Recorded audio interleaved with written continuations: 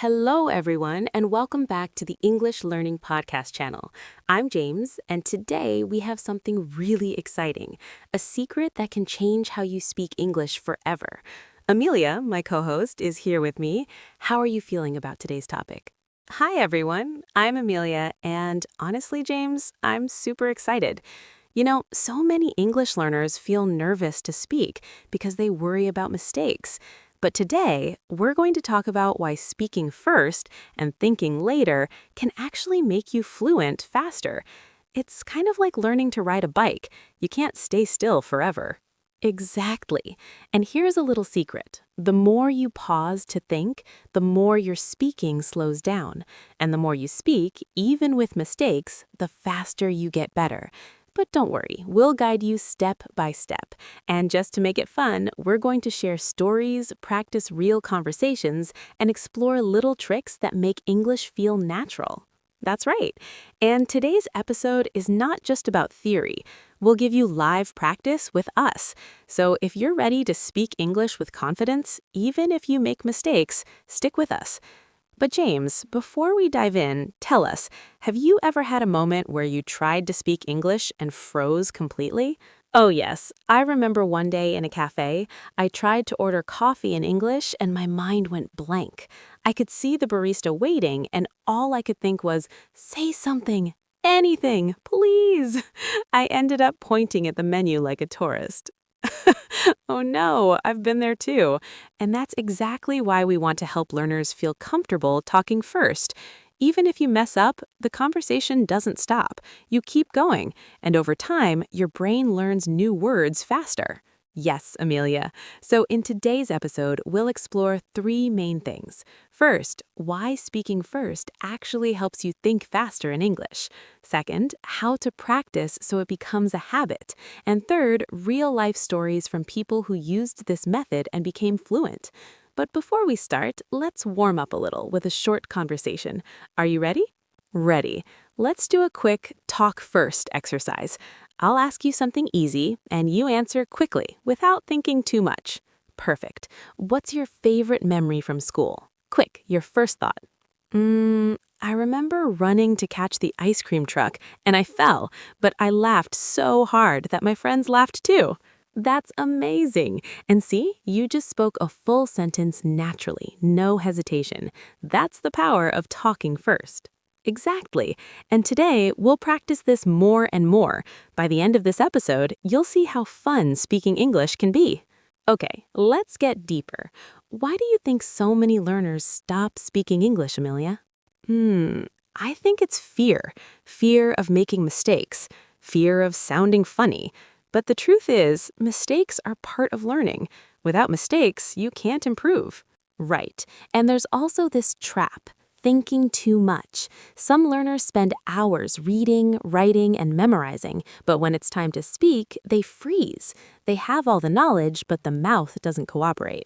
Yes, it's like knowing how to swim in theory, but never getting into the water.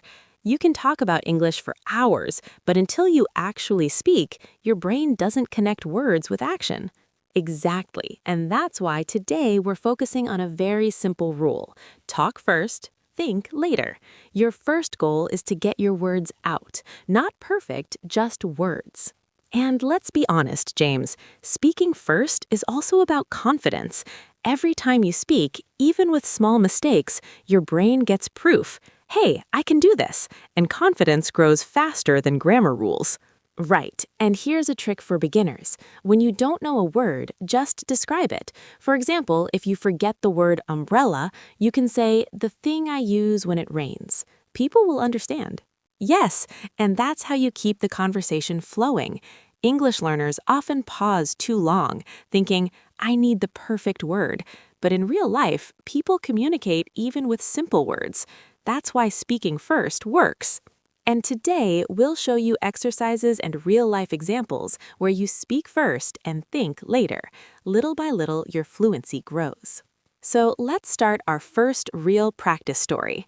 James, can you share a moment where you talked first and it worked, even though you didn't know all the words? Oh yes, I remember this travel story in Paris. I was in Paris, standing in front of a small bakery. I wanted to buy a croissant, but my French was very basic. I only knew bonjour and merci. I could see the barista smiling at me, expecting me to speak. My mind froze. Oh, I can imagine. So what did you do? I just took a deep breath and said, I, I want croissant, please? That's it. Just 3 words. But you know what? She understood perfectly. And then I tried adding chocolate, and she nodded and gave me one. That's so relatable.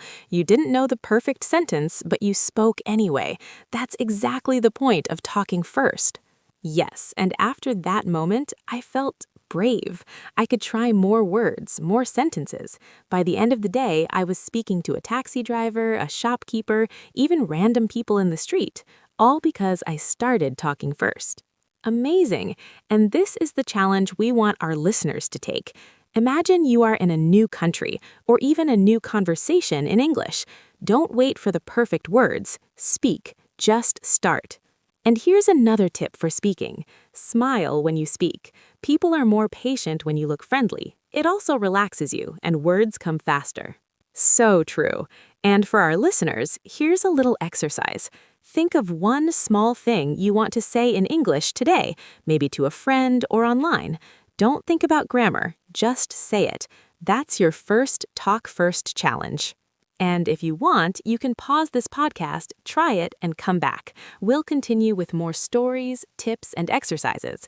But Amelia, what's your personal Talk First story? Oh, James, this one is funny. A few years ago, I was at a restaurant in London.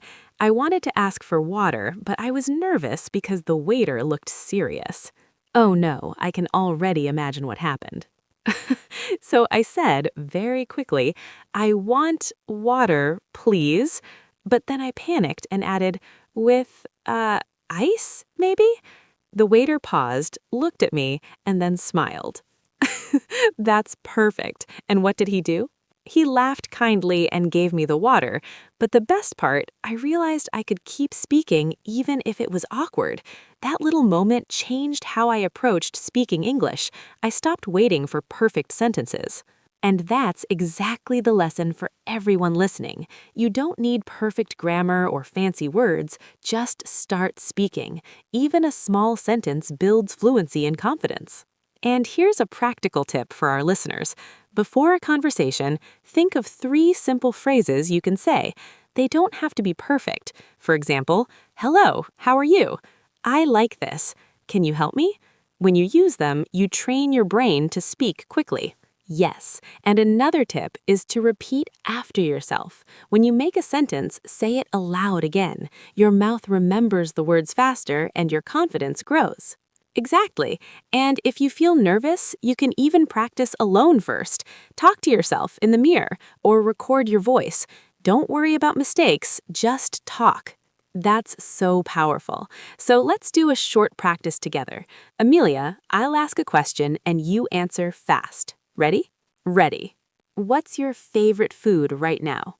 I love pizza. Cheese, tomato, and extra olives. I could eat it every day. Perfect. You spoke naturally. Now, listeners, your turn. Stop for a moment and say your favorite food aloud. Quick, without thinking too much. That's the magic of talking first. You start, you speak, your English improves naturally. Now, let's explore some techniques to make this habit part of your daily life. Amelia, what's the first technique you recommend? The first technique is called sentence starters.